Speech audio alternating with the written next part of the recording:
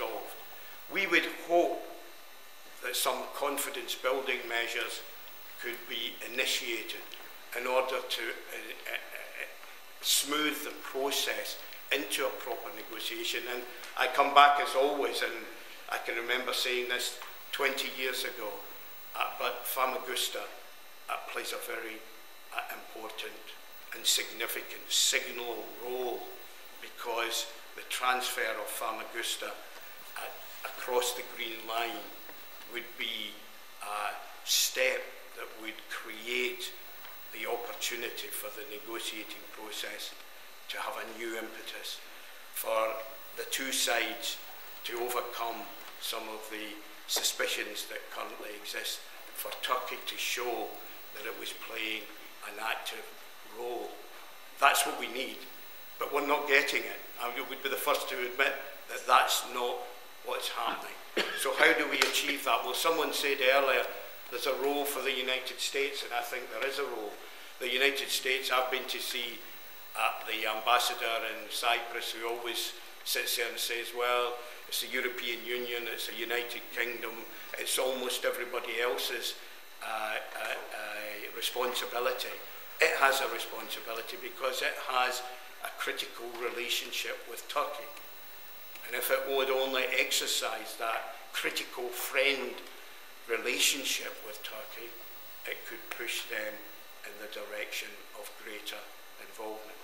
But I think primarily here, and we would ask the United States to support this, it will be for the European Union to exercise its supporting role.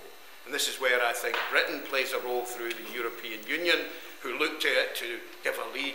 Britain should give a lead to say we need to draw Turkey in, not just to the negotiating process for accession, but indeed to the negotiating process for a resolution on Cyprus. Because it cannot be the case that we could possibly, under any circumstances, have a resolution of the outstanding issues for Turkey's membership before we have a resolution to the division of the island of Cyprus. And that's the critical role, and that's the critical objective that we all must stride towards. I won't say to you, in finishing, that I hope that we'll find a resolution that will emerge over the next few months. I would say that in my view, the Cyprus government and indeed the Cyprus community have done everything in their power to make this negotiating process successful. As has often happened in the past, and I think it's happening again, the two communities by themselves are, it would appear, not going to achieve a resolution. Therefore, it becomes important that Britain, the European Union, the United States and the United Nations get their act together, raise Cyprus up the international agenda, start to make some urgency behind the pleas that all of us are making, and through that get a proper negotiating process underway.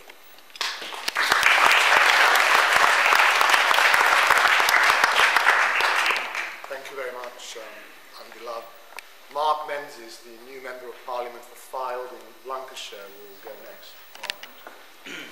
Thank you, Mr Chairman. The one thing that your Chairman identified very early on was that Fylde is not known for a Cypriot community. And so I don't come here tonight with any constituency interest, nor do I come here with any great knowledge, because what I know of the problems that were facing Cyprus and the historical ones, it was actually quite limited. And so I came along here tonight to listen to you, to meet some of you, and to go away with some information. But the one thing that I do know is that within this House of Parliament, there are a handful of members of Parliament, particularly people like my colleague from North London, who are working terribly hard to drive forward this debate, who sometimes will make ministers' lives uncomfortable and will always keep it at the forefront of their minds. And so they are working very, very hard to support you, and I feel it's my job to support them.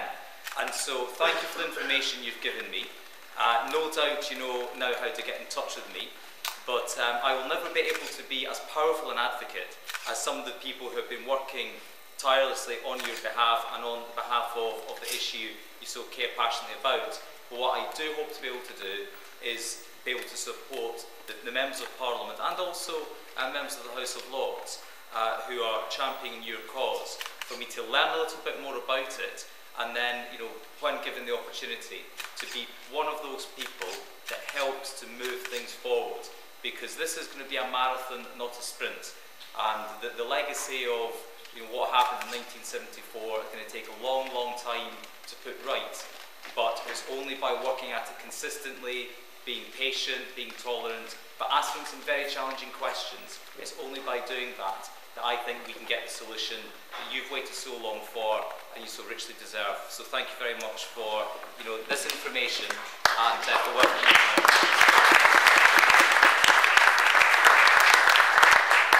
Thank you very much, Mark Menzies. I wouldn't underestimate your ability to be a great advocate for the cause, even though you don't have a constituency with a significant number of Cypriots.